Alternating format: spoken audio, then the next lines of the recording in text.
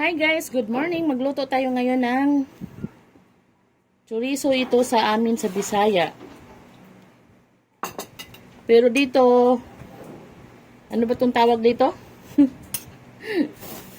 Tapos, lagyan natin ng itlog. Kasi kagabi hindi ito naubos. Kaya, sayang naman. So, kailangan natin gawa ng paraan para maging ulam ulit at tipid tayo, Charis. Yan guys, umpisahan na natin pag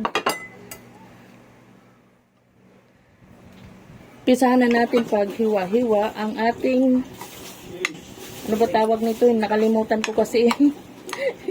Pag nasa vlog na kasi ako, nakakalimutan ko ng tawag eh. Tanggalin natin yung itim kasi, di ba? Sabi nila masama. Saka nagagalit yung asawa ko pag kasama yung itim. Nga itim-itim sa yung sa inihaw, mag-ihaw ako ng isda. Ayaw niya ng may itim. Kaya, ayan, para walang gulo. Ayan. Para walang gulo, sundin natin siya kasi nagagalit talaga siya pag may itim-itim.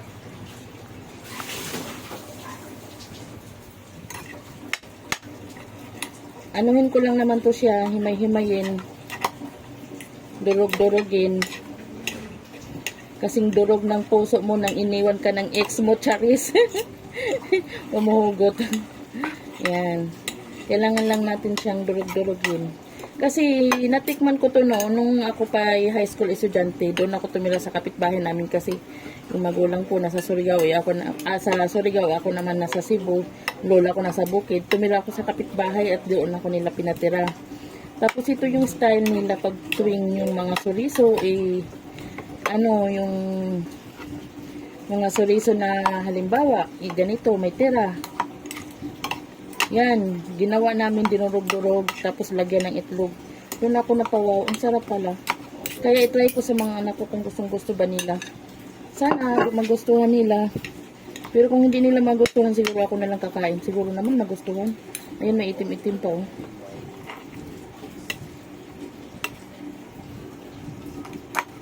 Yan, mahirap durugin, kailangan kamayin. Mamaya maglasang kamay na to. Pero malinis naman yung kamay ko. Yan. Kailangan lang talaga siyang durug-durugin, as in durog. Kasing durog ng puso mo nung iniwan ka ng ex mo. Charot.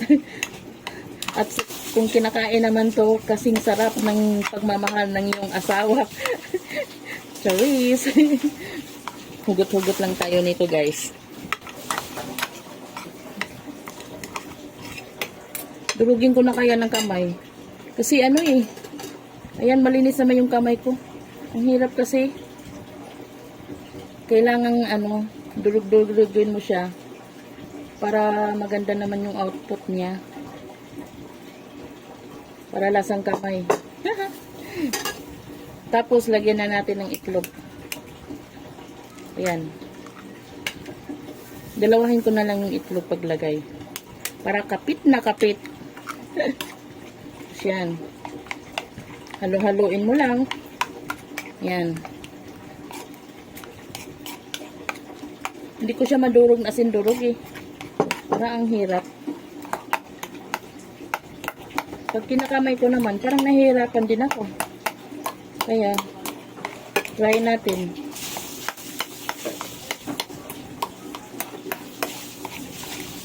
Ganun lang ako guys. Kailangan natin gawa ng paraan ang mga tira-tirang pagkain para hindi naman masayang.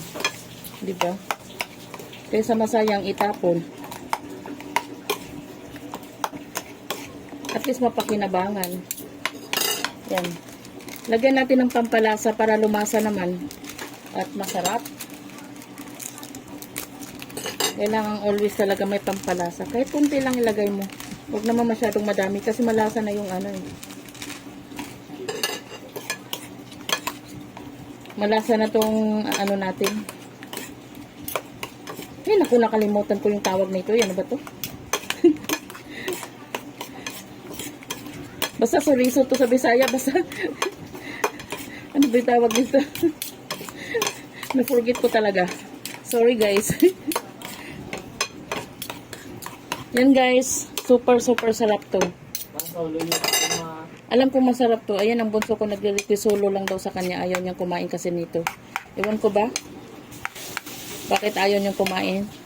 Yan na guys, lulutuin na natin. Sa isang kawali, maglagay tayo ng mantika. Yan. Kailangan natin, painitin muna natin ang mantika bago natin ilagay ang ating recipe.